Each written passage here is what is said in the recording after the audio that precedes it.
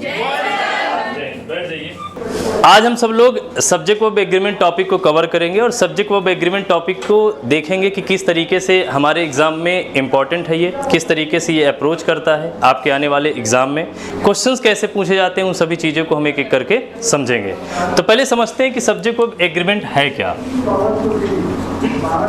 Subject verb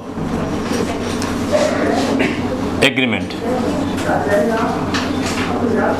ठीक है। अब समझते हैं ये सब्जेक्ट वर्ब एग्रीमेंट है क्या, फिर उसके बाद इससे रिलेटेड जो रूल्स हैं उन रूल्स को भी एक एक करके हम कॉन्सेप्ट वाइज समझेंगे। यहाँ पे जैसे वर्ड्स आप देख सकते हो, लिखा है सब्जेक्ट और वर्ब, और सब्जेक्ट वर्ब के बाद क्या लिखा है, एग्रीमेंट का मतलब क्या होता है, यानी अकॉर्ड के सेंस में हम यूज करते हैं, इसका मतलब सहमति की बात की जा रही है। अब ये किसके किसके बीच सहमति हो रही है, सब्जेक्ट और, तो इसका मतलब ये हुआ कि जिस टाइप का सब्जेक्ट होगा, जिस नंबर का सब्जेक्ट होगा, वर्ब भी उसी टाइप की होगी कि नहीं। इसका मतलब सब्जेक्ट अगर सिंगुलर हुआ तब वर्ब कैसी आएगी, और सब्जेक्ट अगर प्लूरल हुआ तो पक्का। तो क्या हम सब्जेक्ट वर्ब एग्रीमेंट के रूल को मॉडल वर्ब के साथ अप्लाई करते हैं, नहीं। मॉडल वर्ब पे सब्जेक्ट के सिंगुलर या प्लूरल होने को कोई फर्क नहीं पड़ता, मतलब हम चाहे सब्जेक्ट सिंगुलर हो और चाहे सब्जेक्ट प्लूरल हो, सेम मॉडल ऑक्सिलरी का यूज कर सकते हैं कि नहीं। मैंने कहा I can do it, you can do it, she can do it, Ram can do it, Shyam can do it, Mohan can do it, सभी के साथ कहना आ रहा है कि नहीं। तो इसका मतलब है कि जो चेंजेस होंगे, यानी जो चीज़ें हमें पढ़ना ज़रूरी है, वो या तो मेन वर्ब से रिलेटेड होंगे या तो हेल्पिंग वर्ब से रिलेटेड होंगे। अब ये हेल्पिंग वर्ब का मतलब है, मैं बात कर रहा हूँ is, am, are, was, were, do, does, did, have, has, had. यहाँ पे डिड और हैड हमने लिख दिया, तो इसके साथ यानी हैड की अगर बात करते हैं या फिर हम डिड की बात करते हैं, तो अगर ये हेल्पिंग वर्ब की तरह यूज होते हैं डिड या हैड का, तो आपको पता है कि पास्ट इंडेफिनिट टेंस में होता है, इस पे भी सब्जेक्ट के सिंगुलर या प्लूरल होने का इंपैक्ट नहीं पड़ेगा, क्योंकि इकलौता हेल्पिंग वर्ब है यानी डिड, जिसका हम पास्ट इंडेफिनिट टेंस में यूज करते हैं। उसी तरीके से हैड है, पास्ट परफेक्ट टेंस की जब हम बात करते हैं तो हैड के साथ वर्ब की थर्ड फॉर्म यूज करते ही है, ये आपको पता है। और डिड अगर किसी भी सेंटेंस में एज ए हेल्पिंग वर्ब आया है तो मेन वर्ब हमेशा फर्स्ट फॉर्म में आना चाहिए। तो अब बताइए, इज है और यहाँ पे वॉज है, तो इज और वॉज किस टाइप की है, सिंगुलर। अगर हम आर और वर की बात करते हैं तो ये कैसी होंगी, प्लूरल। इसी तरीके से हम हैव, हैज की बात करते हैं तो हैव किस टाइप की है, और हैज किस टाइप की है, पक्का। डू किस टाइप की है, डू यहाँ पे प्लूरल है, और डज, तो इन सभी चीजों को हम समझेंगे।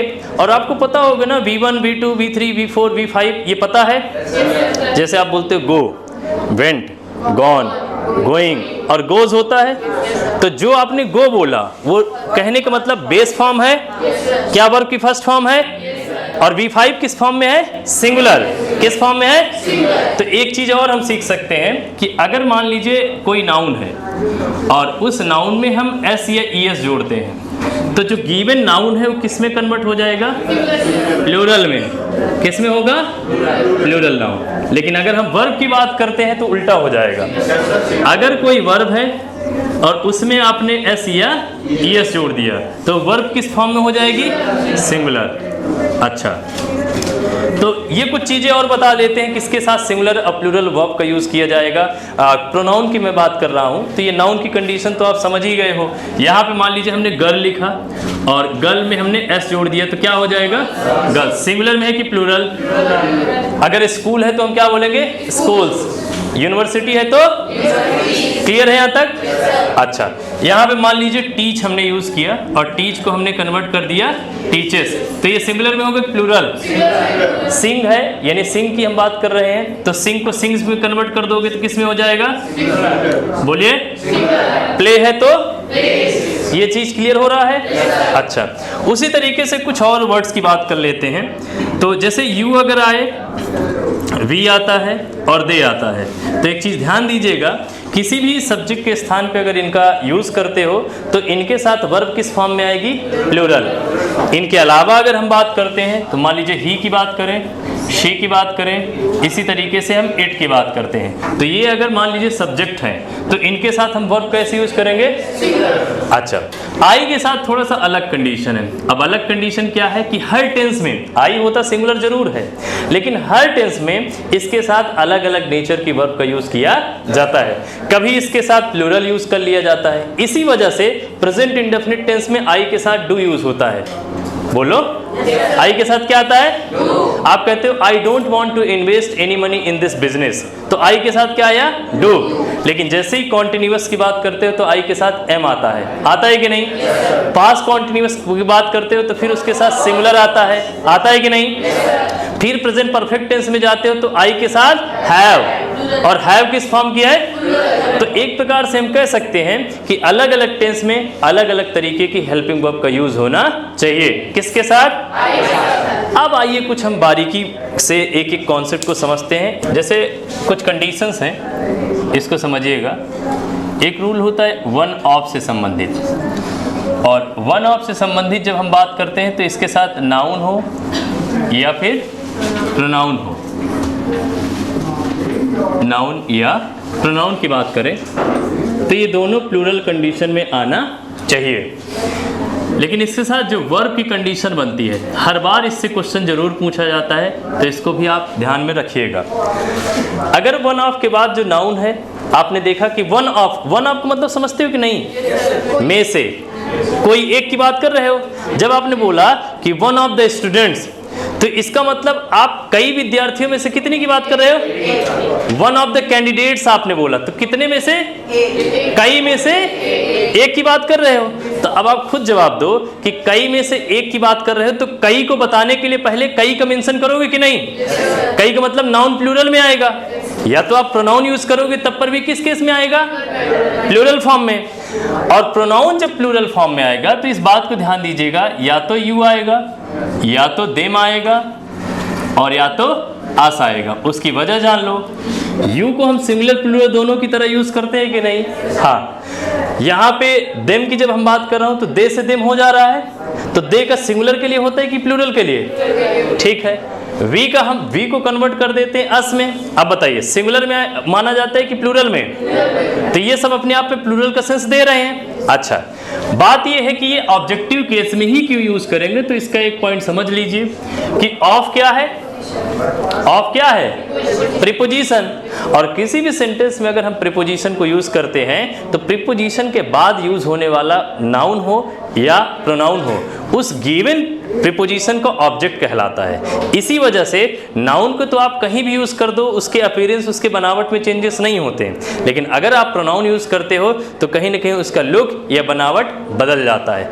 अगर सब्जेक्टिव केस में आपने दे लिखा है तो ऑब्जेक्टिव केस में देम हो जाएगा।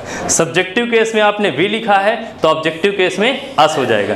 लेकिन अगर हम यू की बात करते हैं तो सब्जेक्टिव और ऑब्जेक्टिव दोनों सेम होता है। बस ये हम देख करके सेंटेंस में पहचान जाते हैं कि गिवन सेंटेंस से प्रोनाउन सब्जेक्टिव है कि ऑब्जेक्टिव। तो अगर प्रीपोजिशन के बाद प्रोनाउन यूज करोगे तो डेफिनेटली वो ऑब्जेक्टिव केस में ही कंसीडर किया जाएगा।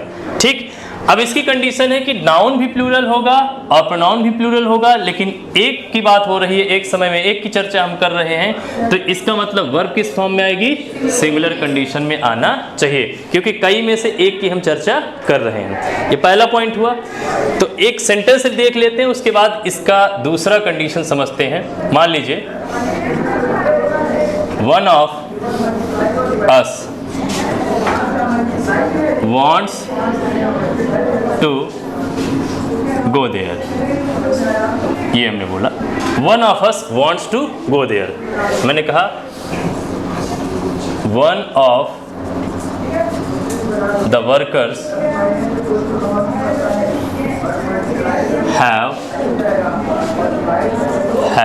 one of the workers has given us this information। ये मैंने कहा कि one of the workers has given us this information। यहाँ पे want सिंगुलर में कि प्लूरल में? ठीक है। यहाँ पे has सिंगुलर कंडीशन है कि प्लूरल? बताइए, प्रोनाउन ऑब्जेक्टिव केस में है तो प्लूरल है कि सिंगुलर है? बेशक सी बात है, प्लूरल कंडीशन में है। यहाँ पे वर्कर है कि वर्कर्स? तो सिंगुलर में है कि प्लूरल में? ये लाइन क्लियर हो रही है? अच्छा, चलिए, ये तो थोड़ा सा इजी कॉन्सेप्ट था, लेकिन बताना इसलिए ज़रूरी था कि जो अगला कंडीशन मैं बताने जा रहा हूँ वो कहीं ना कहीं इसी रूल पे बेस्ड है। और वो अगला कंडीशन क्या है? आपने रिलेटिव प्रोनाउन के बारे में ज़रूर पढ़ा होगा, दैट के बारे में, आपने हु के बारे में भी सुना होगा, और इसी तरीके से विच के बारे में भी सुना होगा। ये जितने भी प्रोनाउंस हैं ये दो तरीके से सेंटेंस में यूज़ किए जाते हैं। कैसा? एक होता है सब्जेक्ट की तरह, मतलब सब्जेक्टिव केस, और एक होता है ऑब्जेक्ट की तरह, मतलब ऑब्जेक्टिव केस। तो पहले हम एक दो सेंटेंस समझते हैं सब्जेक्टिव और ऑब्जेक्टिव केस क्या होता है। जब आप समझ जाओगे सब्जेक्टिव और ऑब्जेक्टिव, तो फिर मैं बताऊंगा कि ऐसी स्थिति में ये वन ऑफ की कंडीशन कैसे इससे रिलेटेड है, उसको भी समझते हैं। तो इसका मतलब रिलेटिव प्रोनाउन को हम दो तरीके से यूज कर सकते हैं। एक होता है सब्जेक्टिव केस और दूसरा है ऑब्जेक्टिव केस। ऑब्जेक्टिव केस, जब मैं बोलता हूँ सब्जेक्टिव केस तो मेरा मतलब होता है एज ए सब्जेक्ट की बात कर रहा हूँ, और जब मैं बोलता हूँ ऑब्जेक्टिव केस तो इसका मतलब एज एन ऑब्जेक्ट की तरह बात कर रहा हूँ। अब समझिएगा, सेंटेंस में लिखता हूँ और फिर आपको डिस्क्राइब करवाता हूँ कि कैसे सेम रिलेटिव प्रोनाउन को सेंटेंस में दो तरीके से यूज किया जा सकता है। तो समझते हैं। मैंने कहा these are the books which are very important for the upcoming exam। और दूसरा सेंटेंस हमने लिखा these are the books which I bought yesterday। ठीक है, ये देखिए। अब अगर आप ध्यान से देखें तो इसमें भी रिलेटिव प्रोनाउन क्या आया है और इसमें भी क्या है? ठीक है। अब समझते हैं कि सेम यहाँ पे दो सेंटेंस है और सेम रिलेटिव प्रोनाउन का प्रयोग दोनों सेंटेंस में किया गया है। अब आइडेंटिफाई करते हैं कि सब्जेक्टिव ऑब्जेक्टिव है क्या। मैं अब समझा दे रहा हूँ क्यों। अच्छा, अभी स्टार्टिंग में हमने बोला था कि किसी भी सेंटेंस में अगर हम वर्ब यूज़ करते हैं तो गिवन सब्जेक्ट के अकॉर्डिंग होना चाहिए कि नहीं? हाँ। तो इसका मतलब अगर सब्जेक्ट सिंगुलर हुआ तो वर्ब कैसी आएगी, और सब्जेक्ट अगर प्लूरल हुआ तो अब इसमें कैसे वो चीज़ अप्लाई होगी उसको भी सीख लेते हैं। देखो, रिलेटिव प्रोनाउन के बाद वर्ब क्या आई है? आर। और अगर ध्यान से आप देखेंगे तो ये किसके अकॉर्डिंग आई है? अगर आप पढ़ें तो आप पाएंगे कि बुक्स के लिए है कि नहीं। अगर इस सेंटेंस में देखोगे तो मेन वर्ब क्या है? बॉट है रिलेटिव प्रोनाउन के बाद। और ये बॉट किसके लिए आया है? आई के लिए। क्या इसके लिए आया है? तो अब समझिएगा कि जो रिलेटिव प्रोनाउन के बाद अगर वर्ब आई है तो रिलेटिव प्रोनाउन के ठीक पहले वाले नाउन या प्रोनाउन के अनुसार आ जाए। अब इसको भी जान लो, जब इतना चीजें आप समझ लिए तो ये ठीक पहले वाला नाउन या प्रोनाउन है क्या? एंटीसीडेंट बोलते हैं, एंटीसीडेंट, और हिंदी में एंटीसीडेंट को बोला जाता है पूर्ववर्ती। अब एंटीसीडेंट ही एक्चुअल में डिसाइड करता है कि सेंटेंस में कौन सा रिलेटिव प्रोनाउन आना चाहिए।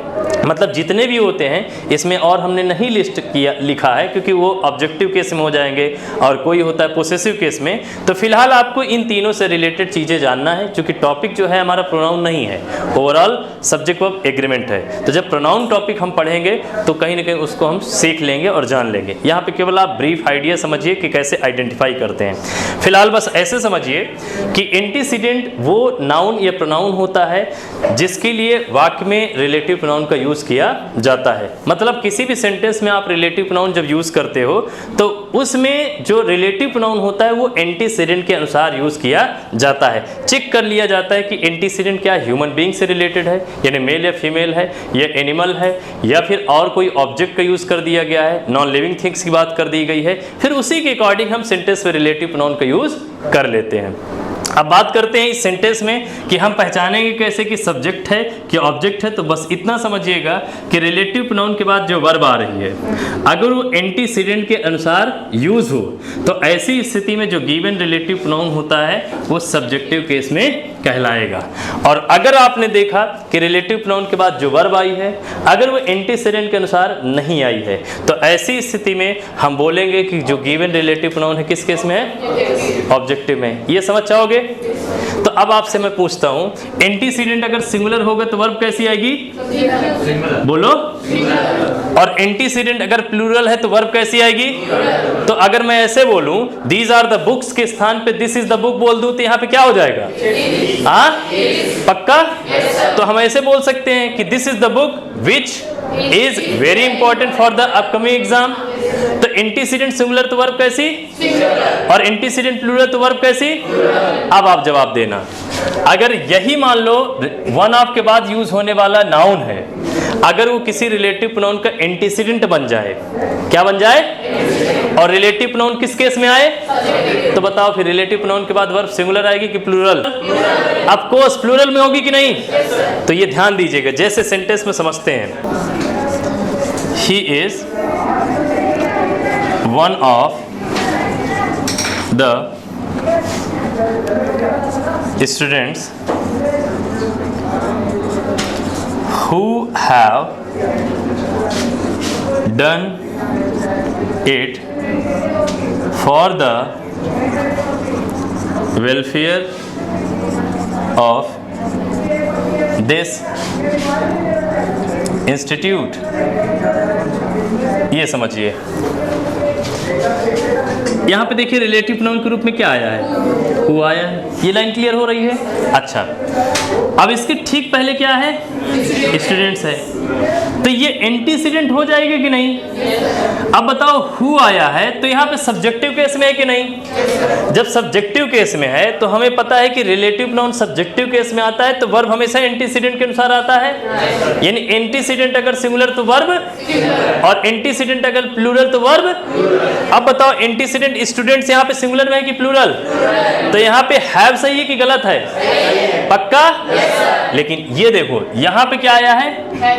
हैज। तो पॉइंट ये निकला कि ये बात जरूर है कि वन ऑफ के बाद प्रयोग होने वाला नाउन या प्रोनाउन तो प्लूरल में आता है लेकिन इन जनरल हम वर्ब सिंगुलर में यूज करते हैं। क्या यूज करते हैं? लेकिन वही अगर पॉइंट बन जाए कि वन ऑफ के बाद जो भी नाउन आप यूज करते हो वो किसी रिलेटिव प्रोनाउन का एंटीसीडेंट बन जाए तो ऐसी स्थिति में आपने चेक किया कि रिलेटिव प्रोनाउन सब्जेक्टिव केस में है तो रिलेटिव प्रोनाउन के बाद जो वर्ब आएगी वो हर कंडीशन में प्लूरल में होना चाहिए। अब बताओ समझ में आया कि नहीं? पक्का? क्या आगे बढ़े? चलिए, अगर हम बात करते हैं ईच और इसी तरीके से यहाँ पे आइदर, फिर है अपने पास दूसरा वर्ड और फिर है एवरी। ठीक, अगर मान लीजिए इनके बाद आप किसी नाउन पे यूज करते हो तो नाउन हमेशा किस फॉर्म में आएगा? सिंगुलर। और वर्ब कैसी आएगी? अगर नाउन सिंगुलर है तो वर्ब कैसी आएगी? ठीक है, ये भी सिंगुलर होगा। लेकिन इसी तरीके से मान लीजिए आपने जोड़ दिया ईच ऑफ। ईच ऑफ आपने यूज कर दिया आइदर ऑफ, फिर आपने यूज कर दिया नाइदर ऑफ। तो इस बात पे ध्यान दीजिएगा कि ये ऑफ लग जाने से इनमें जितने भी वर्ड हमने अभी लिखे ये ऊपर वाले ये एडजेक्टिव हैं। क्या है? एडजेक्टिव। लेकिन ये जो है एडजेक्टिव नहीं कहलाएंगे, ये बल्कि प्रोनाउन में चेंज हो जाएंगे। किस में चेंज हो जाएंगे? तो पहचानने का भी एक तरीका है कि अगर इनके ठीक बाद किसी नाउन का यूज कर देते हो तो ऐसी स्थिति में एडजेक्टिव में चेंज हो जाएंगे और इनके बाद नाउन किस फॉर्म में आएगा? लेकिन वर्ब कैसी आएगी? क्लियर है? अब यहाँ पे अगर बात करते हैं कि इनके साथ नाउन कैसे आएगा तो ध्यान दीजिएगा कि नाउन की कंडीशन कैसे होगी? प्लूरल। और अगर मान लीजिए प्रोनाउन भी यूज करना हुआ और प्रोनाउन किसका ऑब्जेक्ट होगा? ऑफ का ऑब्जेक्ट होगा कि नहीं? प्रीपोजिशन का। तो प्रोनाउन किस केस में होगा? सब्जेक्ट की तरह होगा कि मतलब सब्जेक्टिव में आएगा कि ऑब्जेक्टिव के? ऑब्जेक्टिव में आएगा।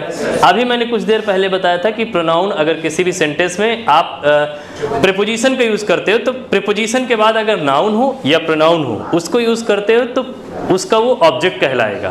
तो इसका मतलब प्रोनाउन हम किस केस में यूज़ करेंगे, सब्जेक्टिव या ऑब्जेक्टिव? बिल्कुल। तो इसका मतलब यहाँ पे प्रोनाउन भी प्लूरल फॉर्म में होना चाहिए। लेकिन फिर भी वर्ब की अगर जब हम बात करते हैं ना तो वर्ब कैसे आएगी, सिंगुलर में। अब समझिएगा, जब भी हम ईच की बात करते हैं तो दो या दो से अधिक के लिए हम ईच के यूज़ करते हैं, तो प्रत्येक या हर एक के अर्थ में। ईदर की अगर हम बात करते हैं तो दोनों में से ठीक है, और इसका यूज दोनों में से कोई नहीं। आपको पता होगा जब प्रोनाउन आप पढ़े थे तो अगर मान लीजिए दो से अधिक में से कोई एक की बात करते हो, मान लीजिए 5 में से कोई एक की बात कर रहे हो तो 2 से तो अधिक हो गया, लेकिन एक की बात कर रहे हो कि नहीं, तो फिर एनी या एनीवन का यूज़ किया जाता है।